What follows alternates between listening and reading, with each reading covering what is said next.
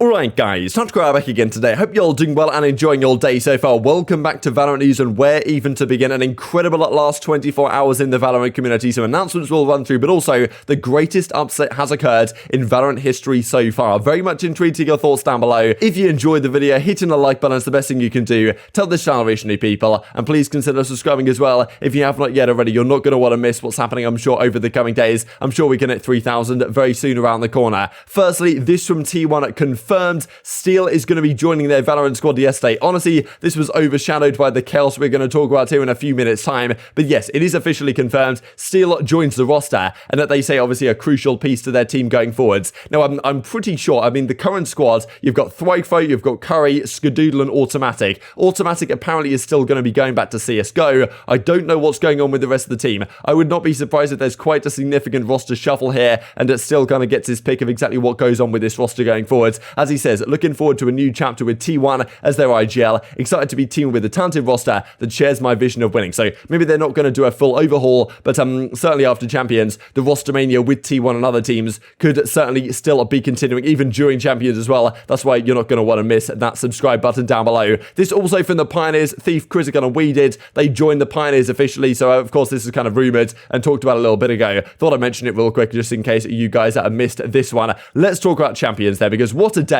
Like, so much to talk about with these matches right here, and with how things are going to lie through the rest of the tournament as well. So firstly, we had Envy versus Ascend. Now, this was a real surprise that map 1 went the way of Ascend, because this game 2 on Bind, a lot of people talked about the fact that, wow, like, Ascend just do not lose Bind. I think they had some crazy record, like 22-1. They were on a 10 win streak on Bind coming into this map, and Envy just take it to him. They lose the game 1, and that really makes you think, like, wow, there's no way that Envy can possibly win this. To be fair, they really put up a good fight. Ye had a cracking round right here as well, and they definitely did make a fight of it, but it just didn't work out for them in the end. So Ascend, despite only just scraping past Vivo Keys, certainly being helped by that forfeit we looked at, they take down Envy relatively comfortably, which was a massive surprise. Victor definitely had a really difficult series right here, and of course he's tested positive a few days ago, so maybe he's feeling a little bit under the weather, but it's really just not a good look for Envy. Of course, they're still in the tournament, but Ascend move on and get past them, as I say, pretty comfortably. 2-0 in the end. Game 1 on Ascend was 13-8, so it wasn't even particularly close for Envy's pick, and then Bind was 13-11. Envy really did make it close in that second half with 7 rounds in a row, but in the end, Ascend just about closing out. And as you can see, the overall series scoreline, Zeke, cNed, no surprises there. Victor, as we say, had a pretty tough series down here, and Ye did his best, frankly, and so did Crashies. Was not to be, though. So yes, Envy still alive. They're down the losers bracket, and Ascend move on in the tournament. As you can see right here, confirmed they were the 4th team of 4 to qualify for the bracket out of the top side of things. Fnatic, Ascend, Liquid, and Gambit, the 4 teams to do so. Of course, 4 teams still to be joining them. We'd find out one of them slightly later in the day. The next series was VK versus X10 Crit. This was surprising to me, because given the way that Vivo Keyed played up against Ascent, I really thought there'd be a great challenge for X10, probably favourites coming in here. But yeah, X10, like, on the whole, just looked way better, frankly. Like, I mean, Heat had his moments. Heat was trying to do the best he could to hard carry. That game 1 Icebox was ridiculous. He had like 22 kills or something. The next highest on this team had 9, and it was just a shambles. It was just a shambles really from VK, unfortunately for them.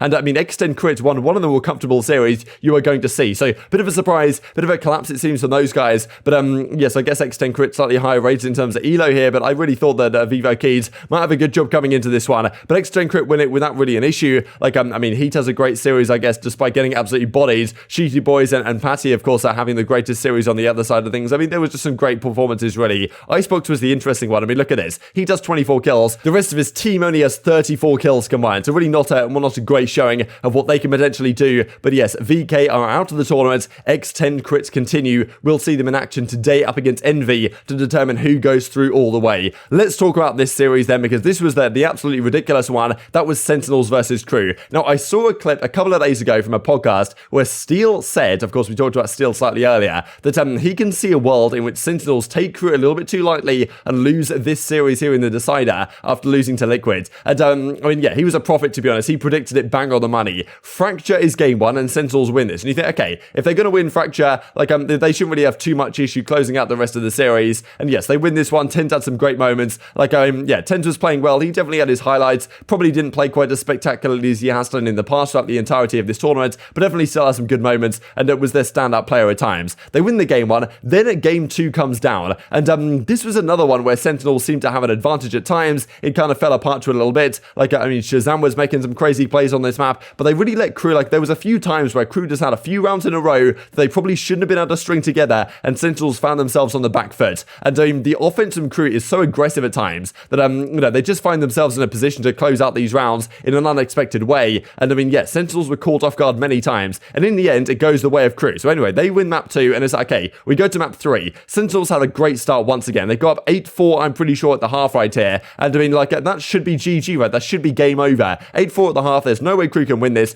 This round especially was just a shambles ready from Sentinels. Like, I mean, there were so many times here where they lost to anti-Hikos, or they weren't really prepared for some of the offenses. This was one of the plays I was like, what is going on here? dapr runs straight through this smoke, for example, and then you've got this play on the site where, you know, of course, Zoms goes for the peak and he just goes down, and they get the bomb down with like 7 seconds to go. Which, they get the spike planted with 7 seconds to go, and there's really not much TenZ can do trying to come back into the site. That was a 2v3 they should have won. They should have used that to close out the game. Doesn't happen though, and I mean, it goes the way in the end of KRU. I mean, they win this one 13-11, I'm pretty sure, and I mean, yeah, honestly, the hype and the passion from these guys was so cool to see. Like, it was great to see this moment for them, but the fact that Sentinels, one of the massive favorites for this tournament, go out in the group stage to KRU is certainly the biggest upset I'm pretty sure we've seen in Valorant so far. It's quite remarkable. Great series from KRU. I really want to see how their run goes going forwards, but yeah, I really think that Sentinels, there were a few moments they certainly underperformed. If they played like this in the rest of the tournament, even if they did go on, they certainly would have lost to someone or other and wouldn't have won the tournament playing at this level. Like, so many rounds they threw away, really, and just the composure just straight up did not seem to be there. So of course the reaction to this is immense. I'm definitely intrigued to your perspective down below, but I mean, yeah, this from Asuna. NA is falling apart so early. We also got this from Link right over Liquid. Like, he's just straight up laughing right at the North American scene in general, and kind of understandably, the NA scene is not in a good spot. There is a possibility no NA teams get through to the bracket. We'll have a look at that here in just a couple of seconds. Hope that's not the case, but I mean, still, it is quite remarkable. Like, you know, NA near airports, like, I mean, you know, all this type of stuff was hitting the timeline, and this also from KRU right there, we're talking a load of trash, and you know, I can't blame them in a way. Better use those Rolex to check your flight time now. GG at Sentinels, say KRU. So I mean, they would pop it off on the timeline, and I mean, yeah, this is just some of the follow-up from some of the guys on, of course, that roster. I'm sorry, says ShahZaM. There was some talk from Rawkers as well, the coach, saying that, like, look, it's my fault, it's not these guys' fault, but at the end of the day, it was just a straight up underperformance in an important series, which happens, right? We talked about it before the tournament began. There's always upsets that occur. It's just tough to know where they're going to occur, and Sentinels was not a team I thought would end up losing in this manner, but it's always possible right in these type of series. This from TenZ, lost against KRU 1-2, GG's,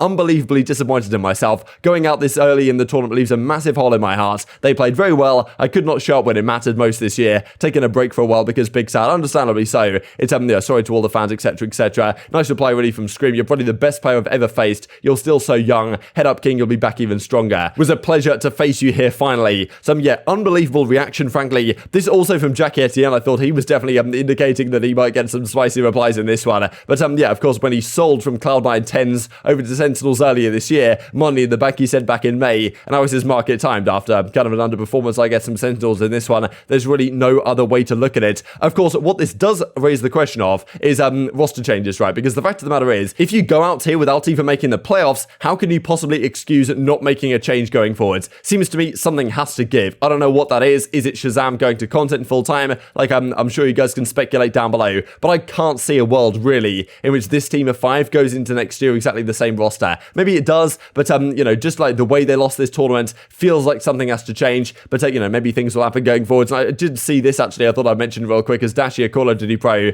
He was tweeting at Sinatraa, like you know, with the kind of egg timer, right? Like, how long is it going to be until something changes? And Sinatraa says, okay, yeah, maybe something's happening here. We will see on that front. This was just to mention real quick the final series scoreboard. ShahZaM had a great series on the whole. Like, I mean, you know, Sig dapr, TenZ didn't really perform, to be honest, up to the level that you might expect him to, despite some highlight moments. cNed certainly had some highlights as well. I mean, Fracture was just dominant, really, for Sentinels. It looked like they were going to run away with it. Haven, it was ShahZaM doing his best, but really difficult for the rest of the guys. And I mean, yeah, this final game on Split, once again, they lose some pretty tragic rounds on Split. I mean, look at this, 8-4 at the half, and they just get bodied the second half and lose right at the end, and the composure was just completely gone, which I mean, quite remarkable. So, just as we finish out the video, let's discuss the games then for today. I mean, remarkable a few hours really here in the Valorant scene, but this is what it means. Ascend, Liquid, Gambit, and Fnatic, those are the teams that got through straight through with the 2-0 scoreline. Fnatic will play up against KRU, and the other 3 matches will be determined today. Starting, I believe, with Vision Strikers versus Cloud9, then Secret versus Vikings. Remarkable that one of those teams will get out to play Ascends, and then Envy X10 to determine if any NA teams will actually get out today. So Cloud9 and Envy, the last hope, I suppose, for that region, and that Vision Strikers Cloud9, it's honestly, these series are very tough to call, especially with how Envy played yesterday, with how Cloud9 played and Vision Strikers played. This is some tough ones, and of course, Liquid, I guess, going to be the favourites no matter what going into that series, but I mean, yeah, spicy regardless. There's a lot to talk about here, I'm sure, in the coming days. Very much intrigued to get your thoughts down below. Hope you guys enjoyed the video. If you did enjoy it, hitting that like button tells the YouTube gods this is a good video. Others like you should see it as well, and help grow the competitive Valorant community. Thank you as always, take care, and I will see you next time.